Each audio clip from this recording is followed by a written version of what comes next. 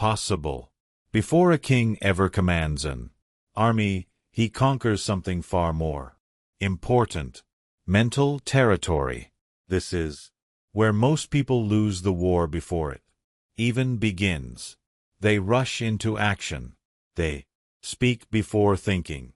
They try to prove instead of position. But the king's first battlefield is invisible. It's not the board.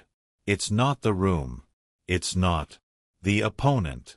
It's the mind behind the moment, his own and everyone else's. And here's the brutal truth. If you can't dominate the space inside your own mind, you'll be dominated by everyone who can. So, let me break this down for you. Not in motivational fluff, but in ruthless, psychological precision. Mental sovereignty means this: you do not react. You choose. Most people live their entire lives like servants to every external trigger. Someone insults them. They respond. Someone praises them. They get addicted. Someone ignores them. They spiral. But the king doesn't play by those rules. He controls the internal chessboard. And that control creates external leverage.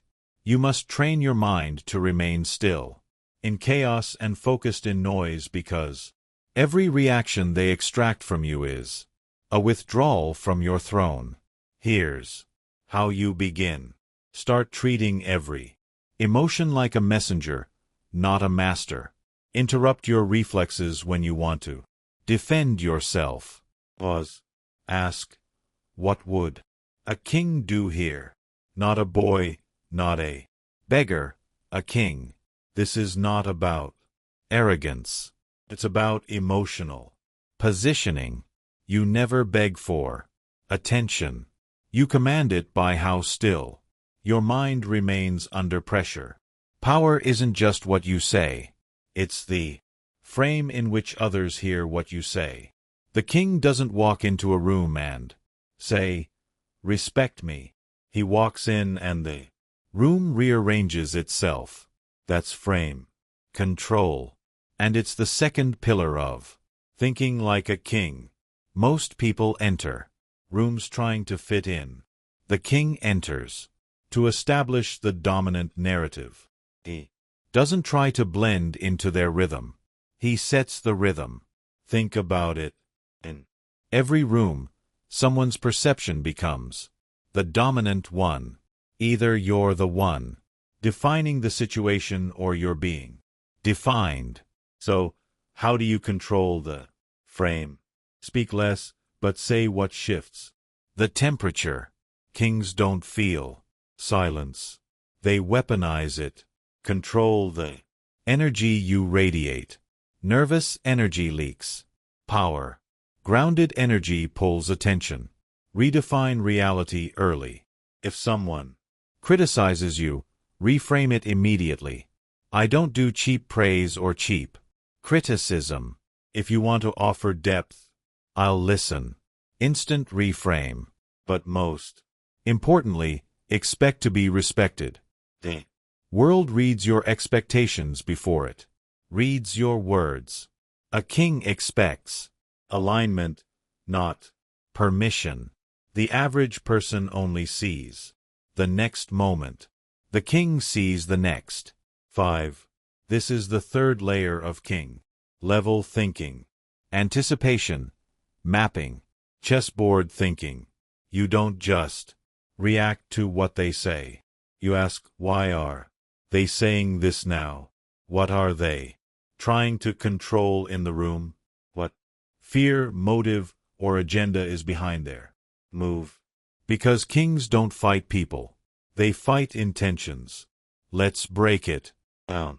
When someone compliments you, ask, what do they want? When someone insults, you ask, are they trying to bait me into emotion? Why? When someone stays silent, ask, is this genuine distance or a power test? This isn't paranoia. It's mental preparation for power. You Begin mapping the room like a general in a war council. Who's aligned? Who's insecure? Who's a threat disguised as a friend? And instead of speaking first, you listen to control. Kings gather information before they ever move. Every silence is a scan. Every glance is a signal. Train this. Next time you're in a conversation, don't try to speak impressively. Try to observe like a strategist. Watch for the emotion behind the words, then speak to that. That's what kings do. They don't speak to behavior. They speak to what the behavior is trying to hide. The most dangerous man in the room is the one who looks unbothered, not emotionless, not robotic, but calm, deep, still. Because stillness is not weakness. It's stored fire. This is the final dimension of the king's mind. Is command. In chaos, most people react fast and think slow. Kings reverse that. They think faster than the room while moving slower than everyone. That's what makes their words land like thunder. Not because they shout, but because their silence was already a storm. When everyone else is scrambling to respond, chasing applause, defending ego. You stay centered, and because of that you become the axis around which the room spins. That's how influence begins. With stillness, with emotional control, with commanding pace instead of being dragged by it. You don't wait to be crowned. You install the throne in your mind. Once you start thinking like a king, you'll stop chasing things that only peasants run after. You'll stop proving, stop defending, stop over-explaining. You'll move in silence because you already know. Power doesn't announce itself. It's felt long before it's spoken. So sit still, think deeper, move slower, and when you rise, make sure the room feels it before you say a single word. Before I move forward to part 2, if you're serious about mastering this, don't just watch. Weaponize your mind. Whisper Secret is not a book. It's a psychological weapon built for ruthless intelligence, emotional immunity, and mental dominance. But if you want everything, every book I've written and everyone I will, the Whisperer's Power Bundle gives you all current ebooks, every future release, lifetime access to the full transformation arsenal. Most will scroll. A few will become dangerous. What are these ebooks really? Click the link in the description and see for yourself. The king rules by presence, but the ghost rules by absence. Not all power is seen. Not all dominance walks into the room. Some of it whispers, disrupts, haunts, and then disappears before it can be touched. You've been taught that to be respected, you must always be active, visible, loud. That's a lie. The most powerful moves are made when no one is watching. The most feared players are the ones you can't read, can't reach, and can't predict. Let me teach you the way of the ghost, a method of silent warfare that elevates your presence by reducing your availability. Here's the paradox of power. The more people see of you, the less they value what they see. We live in an age where everyone wants to be constantly seen, posting, updating, oversharing. But understand this: power degrades with familiarity. Mystery is eroded by overexposure. And presence without purpose becomes background noise. A ghost doesn't suffer from this. They appear strategically, not habitually. They speak surgically, not compulsively. They leave before comfort turns into predictability. That's the comfort breeds expectation. Expectation kills awe. If people can predict you, they've already psychologically disarmed you. You're no longer a question. They've answered you. And power never lives in what is already answered. The ghost keeps others guessing, and in that guessing, they create a vacuum of uncertainty that pulls attention like gravity. People mistake silence for absence. But in power dynamics, silence is presence, amplified. A ghost doesn't vanish to hide. He vanishes to build pressure. Think about it. When someone talks too much, we ignore them. When someone says little but always leaves an impact, we anticipate their next word. This is the second law of ghost movement. Be rare. So your presence always feels like an event. You must stop thinking your value comes from quantity. It comes from scarcity. Psychologically, humans are wired to assign more value to what is limited. Your time, your attention, your responses when rationed become precious. But when freely given, they become disposable. Here's how to install this in daily life. Delay responses. Intentionally. Make them wait. And conversations while they're still engaging. Leave them craving more. Exit online and offline spaces without announcements. Withdraw during moments when others expect you to chase. Return only when there's leverage to gain. This creates psychological contrast. Your absence becomes louder than most people's presence. And remember, the ghost doesn't disappear randomly. He disappears with intention.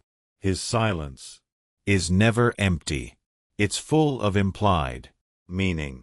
Predictability is psychological. Submission. If they can anticipate your moves, you've already lost control of the frame. The ghost never lets them decode the pattern. This is where true influence lives, not in strength but in ambiguity.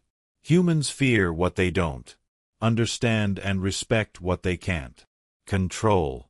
The ghost energy lives in this tension.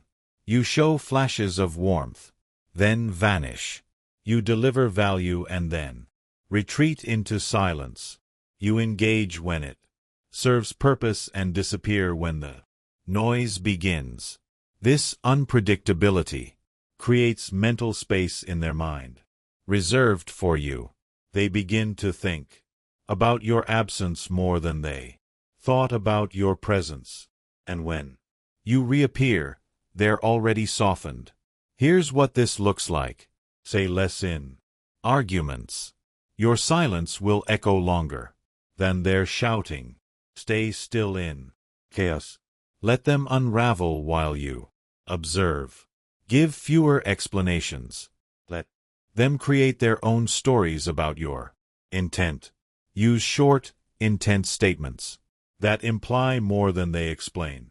This energy makes you unreadable, not because you're hiding, but because you are selective with exposure. That's what makes people obsess. That's what makes people imagine more than you show. And in that imagination, you become larger than life. The ghost doesn't need credit. He moves the board without being on the board. This is high-level psychological warfare where you don't even have to confront someone to shift their behavior. Because your absence becomes a signal. Your silence becomes a statement. Your withdrawal becomes a mirror that reflects their need for you. This is how you make others overthink, chase, correct themselves, fear losing you, without saying a word. Example, if someone disrespects you, don't argue. Withdraw. Let them experience the weight of your absence. If someone takes you for granted, vanish. Let the vacuum expose their dependence. If someone plays games, become invisible. Force them to realize the game only works when you participate. This technique removes your emotional labor. You don't educate. You don't justify your worth. You disrupt through silence and reappear only when the leverage is yours. A ghost isn't reactive.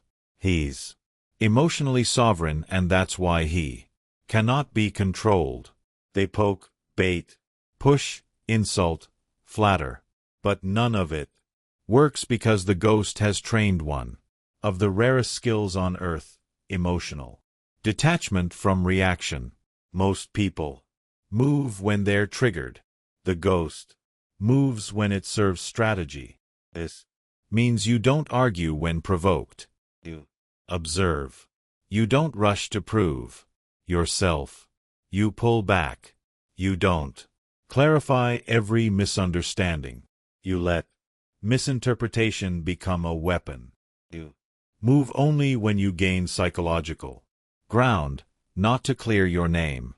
That restraint, that calm, that control terrifies them, because now they realize you cannot be baited. You cannot be guilt. You move like a shadow, but with the mind of a predator. This is not about isolation. It's about influence without dependence. The ghost does not vanish because he fears confrontation. He vanishes to build value, preserve power, and disrupt predictability. His power doesn't come from being everywhere. It comes from being impossible to replace. When you master the art of selective silence, rare presence, and invisible control, you don't chase impact, you become the impact.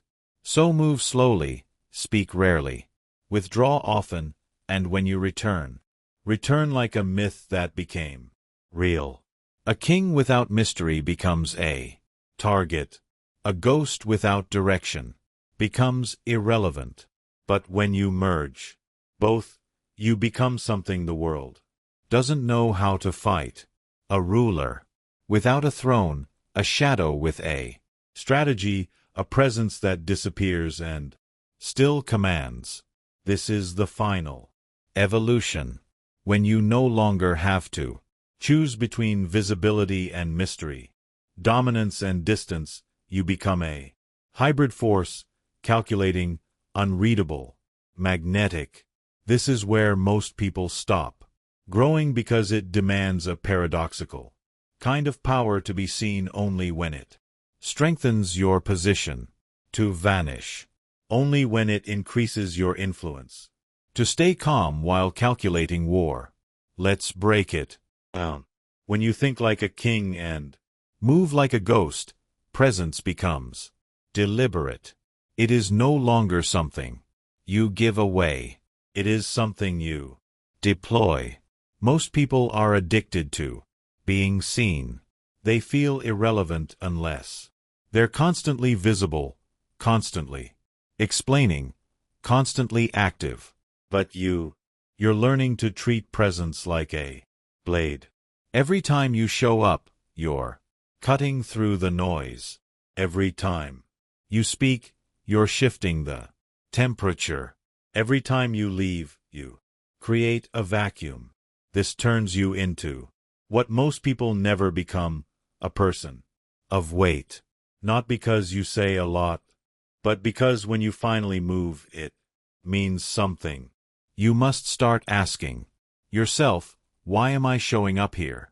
What frame am I enforcing by entering this room? What silence will I leave behind when I exit? When your presence has intention, people feel it. When your absence has timing, people remember it. The king commands attention. The ghost controls it. You master both. Trust without mystery is fragile. Mystery without consistency is forgettable. But the hybrid, the king, Ghost you're building is predictably unpredictable. This is the psychology of rhythm disruption. Most people fall into patterns. They respond the same way, speak the same way, think the same way. Eventually, others learn how to manipulate them because they're readable, but you are different. You maintain just enough consistency to anchor your identity and just enough irregularity to remain untouchable. Here's how to train this. Sometimes show warmth, sometimes silence.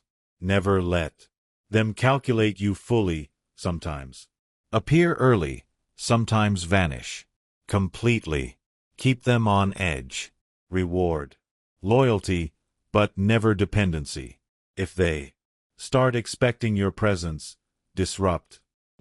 The point is simple. Let them know who you are, but never let them know what you'll do next. The king lays the laws. The ghost bends the rules. You enforce both.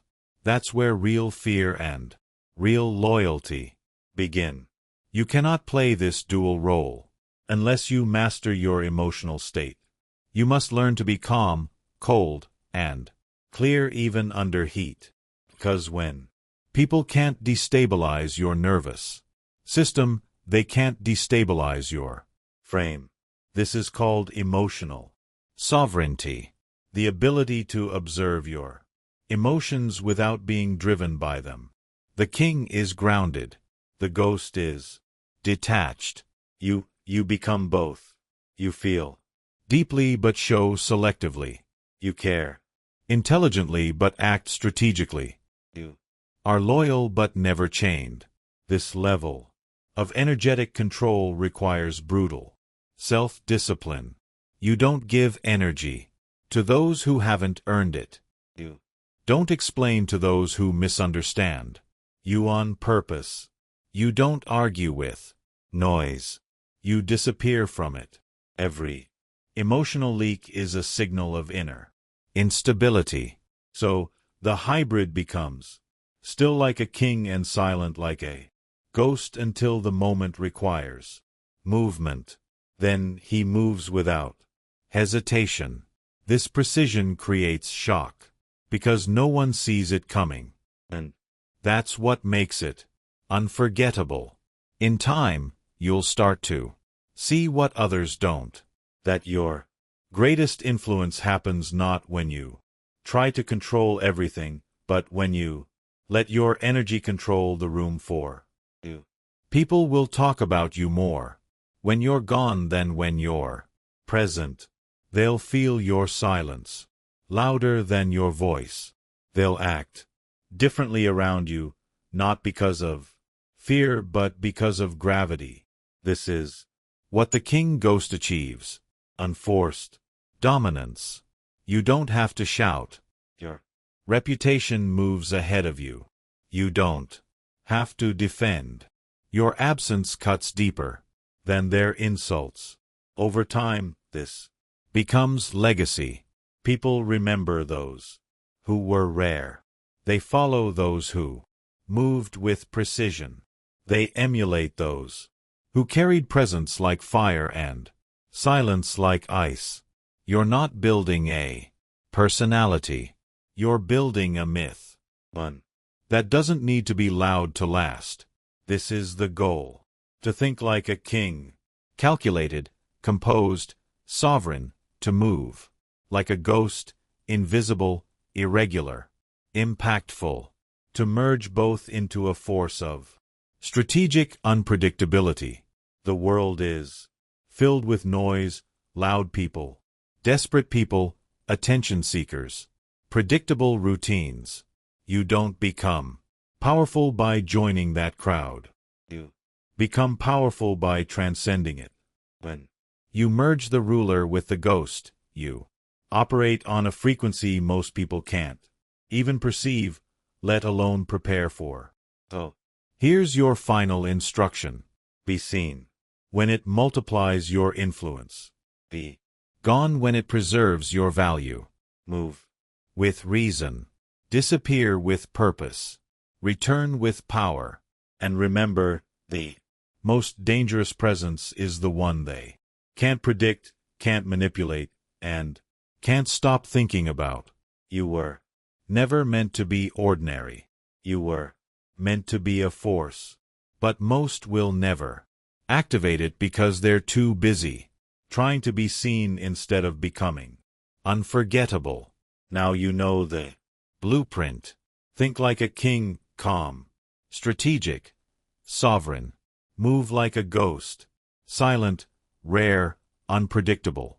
But if you forget this, if you go back to chasing, reacting, explaining, you will become just another echo in the noise. And this world doesn't remember echoes. Remembers those who moved the room without ever shouting. So vanish wisely. Speak only when it carves silence. And lead like your presence is prophecy. If this hit you deeper than any advice ever has, don't just scroll. Comment ghost mode below so I know who's really watching. And if you want the full system to reprogram your mind for this level of presence and power, I'll leave the link to Whisper's Cognitive Overclock and the Whisper Power Bundle in the description and pinned comment. Access it before they pull it. We're not here to entertain, we're here to rewire. Kings, I'll see you in the silence.